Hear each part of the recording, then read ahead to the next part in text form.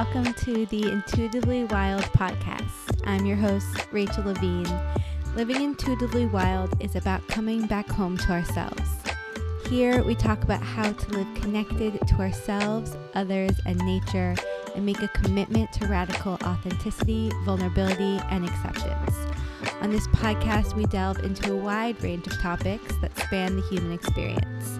We peel back the layers and talk about the things that are often not talked about. This is a space for us all to walk and wander this path of life together. Let's dig into our roots and go deep. Hello, everyone, and welcome back to our ritual of the month. If you are new here, every month we choose a seasonal, cyclical, earth-based event to create an intentional ritual around. If there is an event on the wheel of the year, we always ritualize that. And if not, we tend to do something related to the moon cycle or something else going on in the world. And this is a time for us to ground down, reconnect, process, reflect, and set our intentions based on the energy around and within us. And it's really one of my favorite times. I love doing these rituals together because not only do I create this guide for us all and talk about it on the podcast and post it on Substack, but then I do that ritual on YouTube. So you can go and watch that there if you want to do the ritual together, or you can use this podcast to create your ritual or refer to the Substack blog post about it. Any way that you like to intake your info, all the options are there. But it really is so special to me to connect with you all in this ritual together in this way every month. So thank you for being here. And this month, our ritual is for the last quarter moon on February 20th. And I've yet to record a ritual about the last quarter moon. We've done the full moon and the new moon, I'm pretty sure, a couple times. But I really wanted to talk about the last quarter moon because we tend to romanticize and really emphasize these bigger, more broadcasted, more dramatic times, such as the new moon or the full moon or the spring equinox, the winter solstice. But these times in between are just as important. They're just as powerful. They're just as impactful. They are impacting us just as much and in different ways. And they are part of the process. They are a lot of times where the process is actually happening. Yes, things can come to fruition in these big moments, but the in-between time is when things are gestating and actually taking the step-by-step action to get there. So I want to continue to talk about these in-between moments and how we handle them, because really the in-between moments are what make up our life and are the pieces that put the whole puzzle together. We can't have a full moon and a new moon if we don't have every other phase of the moon. We can't have the spring equinox or the winter solstice if we also don't have Samhain and Imbolc and all these cross-quarter holidays that come in between.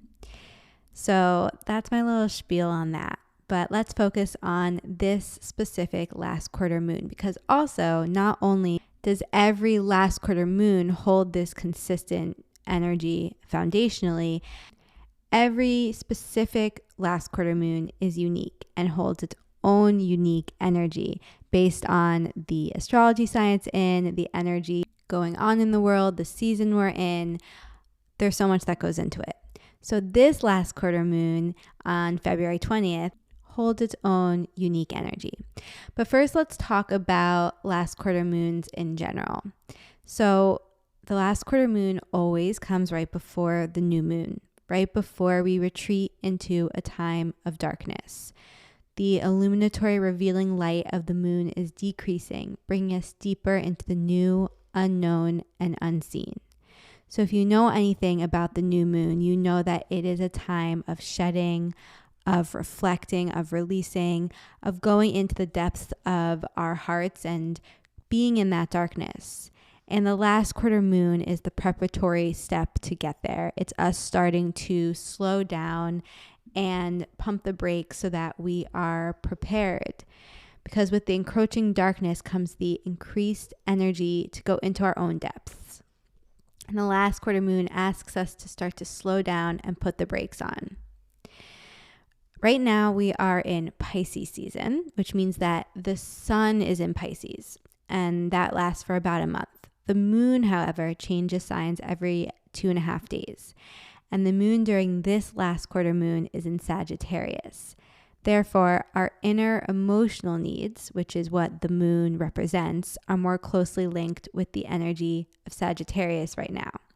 So it's way too generalized to say we're in Pisces season, so we're feeling the Pisces energy. And it can be really helpful to track the energy and the phase, the sign that the moon is in, because that links us to our emotional needs and our emotional responses, and that changes every 2.5 days. Again, highlighting that we are cyclical beings and we are changing and transforming, and how we relate to the world is impacting us differently every single day. So with the moon in Sagittarius, you may feel a whole bunch of ways. Again, now it goes even more personal and layered and nuanced depending on where the Sagittarius falls in your chart specifically and your relationship with these Sagittarius themes. But you may feel an increased desire for adventure, for knowledge, for growth. You may feel more open-minded, talkative, and curious, or perhaps you feel more argumentative, fixed, and stubborn, because Sagittarius is a fire sign and they do have that fiery energy, and at the same time they love adventure, they love wisdom, they are always wanting that knowledge, and they can be very open-minded, but they also can be very fixed-minded. Sagittarius holds both. So we want to tend to our emotional needs by soothing the fire in our soul when needed and sparking it when needed. Sagittarius needs that stimulation and that something to quench their thirst for knowledge and adventure, but also something to water them down.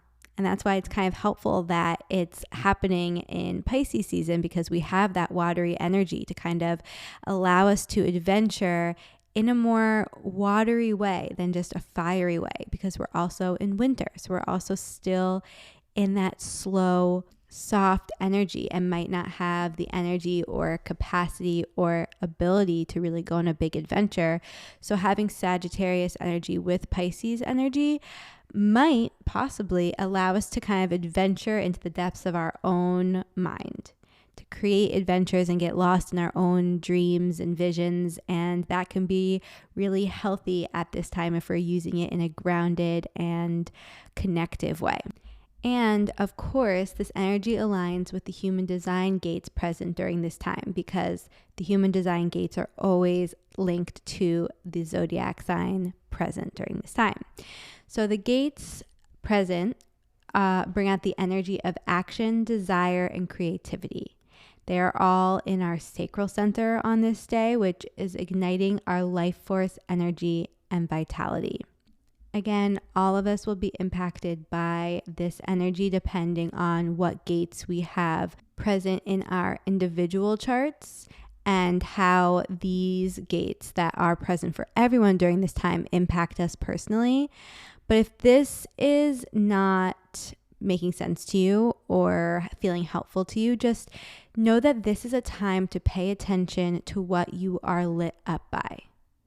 And even more importantly, to pay attention to what in your life burns you out or what helps you sustain your energy, even as it dwindles. Because again, although we have this fiery energy activated through these gates and through the Sagittarius energy, we are still not only in winter and not only in Pisces season like we were discussing, but we are also in the last quarter moon. We're leaning closer and closer to the new moon, to this depletion of energy, to this decreasing light. And all of these are layering on top of each other to get to the energy that we will feel at this time. So really what I want your biggest takeaway to be from all of that is to pay attention to your energy, to how it is feeling, to what it needs, to what lights you up, to what burns you out, to what sustains you, and to just be curious about all of it. Now let us move in to the step-by-step of the ritual. As always, we begin the ritual by lighting our candle and stating our intention. So feel free to shape this however feels good for you and really give yourself permission for it to be intuitively guided and from your heart. Your intention can be as simple as, I am present, or I am open, or this circle is now open. This ritual is now open. Whatever comes to you, whatever feels good for you. An example you can use is, I welcome into this space my true heart's desire, my guides, and all the elements of nature. I'm open to what I need to hear, release, and receive. With that, the circle is open. But that is an intention that came to me during some of my rituals based off of my own intuitive guidance, my own experience, and the trainings and lessons that I've gone through. So it is not right or wrong. It is just what came to me and what I wanted to share with all of you. And once you have opened the circle through your intention, begin to set up the space. And we always open the circle first because setting up the space is part of the ritual. So we tend to want to open the ritual first so that as we're setting up the space, we're already in that energy and grounding into our intention. But with that being said, you might want to already have in mind what you want to set your space up with, or already have your altar items nearby so that it's convenient and helps with your timing and the flow. And if you already have your space set up or you already have your altar already there, that's always fine. You take what feels good, you leave the rest, you make it your own. That's the whole point. And that leads us into our altar suggestions, because everyone has a different association and relationship with ritual, with altars, with their guides, God, spirit, universe, spirituality, all of it. And so your altar can be as intricate or simple as you would like or have access to. At its core, by my definition and my experience, our altar is a way for us to contain our ritual. It's a connection point to ourselves, the earth, and whatever guides or spiritual entity we resonate with. It is a physical representation of the importance and intentionality we place on this ritual, on this time we are taking for this ritual, and helps contain the energy that we create throughout it. So with that in mind, you can set up your space, knowing that the intention is just to hold the intention, to hold your ritual, to recognize the importance and the sacredness and the connection. Let that be your guide as you settle into your ritual. But if you want altar suggestions, we will move through some for each of the elements. So water. As I was saying, this element is particularly potent at this time since we are in Pisces season, which is a water sign. So I would recommend to get some water from a fresh water source near you. So perhaps a spring, a lake, ocean, or even snow. I currently have a lot of snow outside, so that is what I will be using. And just put it in a really beautiful crystal glass or a bowl that means something to you, or just one that you like. And this symbolizes the constant and natural transformation of water and its ability and willingness to ebb, flow, and grow. A lesson that water teaches us. Since this is a time of releasing at the end of the ritual, I recommend pouring your water outside. And this allows you to let go of whatever energy you are meant to and not bring it with you into the next cycle. And then we are on to air. So I always give incense suggestions here. And for this ritual, they are sage, lavender, and rosemary. And all of these herbs support releasing, calming, and forgiveness, and help balance the softening energy of this time with the possible fire evoked from Sagittarius. Because Sagittarius can also be a little argumentative, and this last quarter moon is about forgiveness as well. And then we move on to fire, which I always use a candle for this. whichever feels grounding and meaningful for you. And since the moon is in Sagittarius, we may be feeling this heightened fire energy. So make sure to keep this energy balanced within you, really paying attention to how your energy feels and spending extra time sitting with your candle and assessing. You can even do a little candle meditation as you are setting up your altar. You can just sit with it and look at the flame for however long feels good for you. And then our earth element, we definitely want to bring in as much earth as we can to help ground our energy. Like I was saying before, Pisces and Sagittarius can get very caught up in their minds, and Pisces, it can be very watery and lost in the clouds and in their dreams. And then Sagittarius can be more fiery and envisioning new adventures and ideas. And also the crescent moon is associated with autumn because each phase of the moon cycle is associated with a different season, the new moon being winter and the last quarter moon right before that being autumn. And autumn is associated with the air signs. We have water, fire, air, and not a lot of earth at this time. So we need more earth to bring it all into balance. I recommend bring as much nature into your ritual as possible. You can grab your crystals, your herbs, dried flowers, go outside and collect pieces from nature, rocks, sticks, anything that you see that you feel called to, and anything that helps you feel grounded and centered. And then our last element is spirit.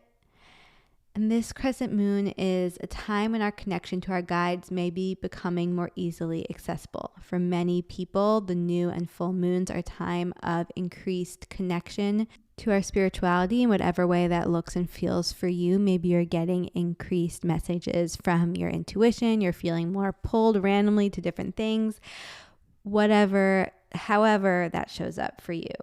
The moon is our direct connection to our emotions and in many ways our intuition. Our connection to our intuition, spirits, guides, God, the universe, etc. I need like a way to summarize that more succinctly because I never want to say just one thing because everyone, it's so unique and personal. And I want to leave space for everyone to have their own process with that and their own connection to that. So I'll think on that. But our connection to our intuition is so unique and personal. So I want you, for this element, for your altar, I want you to write a letter to whatever that connection is for you and place it on your altar. Maybe leave it there for a full moon cycle. If you do not know who you would want to write to, you can ask the question, what does spirit mean to me? Or what does my intuition have to say to me about my spirituality? Or what is a message I need to hear? And stay open and curious and just see what comes. Okay, now we're going to move to our herbal companions. And feel free to use these herbs in whatever way you desire. You can use one or all of them in a remedy such as a tea, tincture, or body oil. You can buy them in a candle, or perhaps just do some research on them and see what sparks your interest. For my ritual, I always love to have it in the form of a tea. If I can, I combine all the herbal companions into one infusion, or I take it as a tincture during the ritual as I'm setting my intention. Or maybe I use it in a body oil as I am doing the ritual. Or I, as a part of my ritual, apply a body oil with the herbs. Whatever it is, I find some way to incorporate the herbs into my ritual. So our herbal companions for this ritual is milky oats.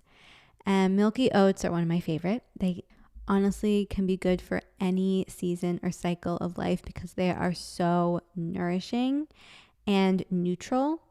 They clear out the old, stuck, and unneeded and help replenish our physical, mental, and emotional bodies. If you are looking for just a go-to herb at any time or season of your life, I highly recommend milky oats. And then yarrow can be a pretty powerful one. It's a wildflower that soothes any reactivity in our body, mind, and spirit, and is known as the protector and warrior plant, here to soften your spirit and strengthen your roots. Yarrow is a good one if you're looking for more grounded confidence. And then lastly, turmeric, associated with Sagittarius. Turmeric boosts energy by nourishing and replenishing our whole system. It helps us remain deeply rooted in who we are and grounded in the present moment. So tune into your intuition and see how you want to infuse those herbs into your ritual. And next, we will move into our yoga therapy tools. So you have your altar set up, you have your herbal companions nearby, and now we are going to do our 2 yoga therapy tools for this ritual. And the first is a grounded sun salutation. So you want to come to place your knees on the floor, sitting your sits bones down on your heels. So knees on the ground, butt to your heels. Make sure there is no pain in your knees and feel free to place extra mats or blankets under your knees. And as you inhale, start to rise off your heels and lift your arms overhead. As you exhale, slowly lower your forehead to the ground as you bring your hands to your side. And this can bring you to child's pose, or you can keep your butt off of your heels. So just your forehead and knees and shins, bottom half of your legs are touching the earth. Inhale and come back up. Exhale and back down. And feel free to pause in one position or the other. You want to assess how your energy is and if it feels good to go slow or to move faster. And this may alert you to the balance between the elements within you right now. So if you feel like you need to move faster, that might be because you're feeling a lot of fire energy. If you're feeling like you want to move slower, there might be more water energy present within you. And notice if it feels good to lean into that or to kind of push against it and do the opposite. Tune in, no forcing, really trust yourself, move with what feels good. And either way, continue to prioritize your breath. Repeat for at least 5 rounds, and when you are complete, come back to the beginning position. So heels come back to your ankles. Place your hands on your heart with your eyes closed and take a moment to notice how you are feeling and the energy swirling within you.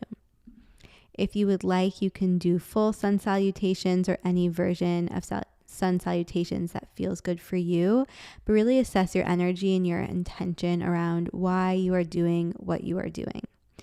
And if you want a visual representation of this or to go through it with me, you can head over to the YouTube and we can do it together. And then right after you finish this, we're going to grab our journal and do some contemplative journaling. So right at the top of a page, how am I feeling? And begin a stream of consciousness journal session purely about how you are feeling. Do not edit it, do not think it through, and do not stop. For at least 10 minutes, write without pausing about how you are feeling. It doesn't have to look or be any certain way. It can be a list, it can be ramblings, it can be a beautiful poetic note about how you're feeling. It doesn't matter. Once you are done, I do want you to read it over and write out at least 5 words that summarize what you wrote. And this will help you notice how you are feeling in ways that you might not have realized before. And take time to process this. Are you surprised by the emotions? What is this revealing to you? What are these emotions telling you about your needs and your mental state right now? If you want to journal about those questions and journal to process, feel free to do that, or you can just sit with it in meditation, whatever feels good to you. And then we're going to shift into our reflections. As I was saying before, the new moon is associated with the winter season. Therefore, the last quarter moon is associated with autumn. So much of what we discuss during autumn is relevant during every time the moon moves through its last quarter phase. So start to reflect on, what am I ready to release right now? What themes have been popping up over the last moon cycle, the last few weeks? What did the full moon earlier in the month shed light on? Are there any patterns popping up that I'm ready to let go of or transform? How do I need to prepare myself for my inner winter come the new moon next week? If you want, after I ask each question, you can pause and ponder. You can head to the substack to see it written down and take more time. However feels good for you.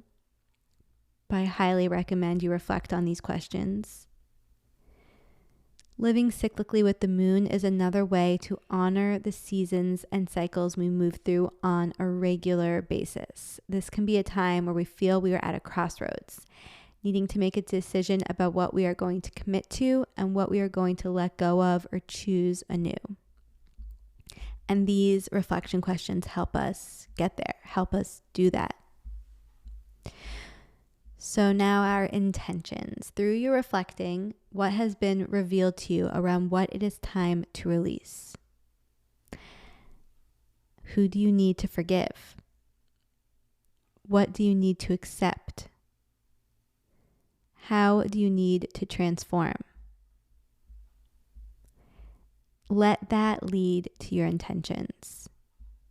So again, just like with the contemplative journaling, we are getting it all out and then reading it back and processing and seeing what the theme is. And same with our reflections. We're getting it all out and looking at it and looking at the big picture and understanding the themes. And that lets us set our intentions going forward. As you may remember, our intention for Imbolc, which was February 1st, so we set that during our January ritual a couple of months ago, is around soft devotion. And since we're still in this Imbolc portal before we get to the spring equinox, that same energy and theme might influence your intentions for this crescent moon. So just be curious, pay attention, notice if anything that you wrote here or processed here is connected to that. As always, I highly recommend writing down your intention and the mantra that you want to connect to related to that, and then some words for this intention. And looking at that card every day to re-ground you and remind you of your intentions. For Intuitively Wild, our community intention is: I'm willing and ready to release and leave behind what is no longer serving me, to make space for what is asking for my devotion. And from that, we have some of our mantras to play with. You can choose one or several of these to carry through this cycle, or you can create your own. But some are: I am willing to change. I am open to forgiveness. I am ready to release. I embrace the discomfort of uncertainty with a curious mind and open heart. Words to connect to: forgiveness, release, open-hearted, willingness, reprioritizing. And the goal with establishing these and writing them down on our cards to see every day is that when we come to a moment where we feel like we're disconnected or we're feeling ungrounded or we want to come back to this energy, we can immediately repeat that intention, that mantra, that word, and bring us back to ourselves. So if I'm having a hard time and I'm feeling uncentered, but I know that my word for this cycle is forgiveness, I can put a hand on my heart and just remember forgiveness. And let that word bring me back to the energy created in this ritual, bring me back to my intention and my desire and the path I've been laying out for myself. So at the end of your ritual, place a hand on your heart and acknowledge yourself for all of your growth, for your presence, for your devotion to yourself. Acknowledge what you are releasing and promise to stay connected to all that was revealed to you during this ritual. And pause and take time to really connect within. When you are ready, snuff out your candle, either using your fingers or a candle snuffer or some water, and say a closing intention. Again, follow your intuition, follow what feels good for you, but it can be something such as, thank you, guides, nature, intuition, my heart, for leading me through this ritual. I promise to stay open and connected. The circle is now closed. And with that, we come to the end of our ritual. You can hold these intentions close to you for however long that feels good. I will be carrying them with me into my new moon ritual and then reassessing and seeing how I feel and maybe continuing with them or adjusting or reconstructing them based on what is coming up for me in the new moon. But you do it in whatever pace that feels good. You can carry it through for as long or as short as you would like. Again, we are constantly transforming. So what might feel really powerful and resonant and needed right now might change tomorrow, might change in a month, might change in a year. It doesn't matter. Follow your process, trust your process. Again, I would love if you head over to YouTube and do this ritual with me and let me know how you are feeling. Or if you need it written out, remember it will be on Substack. But either way, I hope that this is really helpful and supportive for you, and I will see you all next time for more magic. Thank you so much for joining me on this episode of Intuitively Wild, the podcast. I hope it helped deepen your connection to yourself, sparked some insights, and inspired you to live intuitively wild. If you enjoyed this podcast, it would mean so much to me if you would share it with others and leave a rating and review. And please reach out to me. I would love to connect with you. I will see you next time for more magic.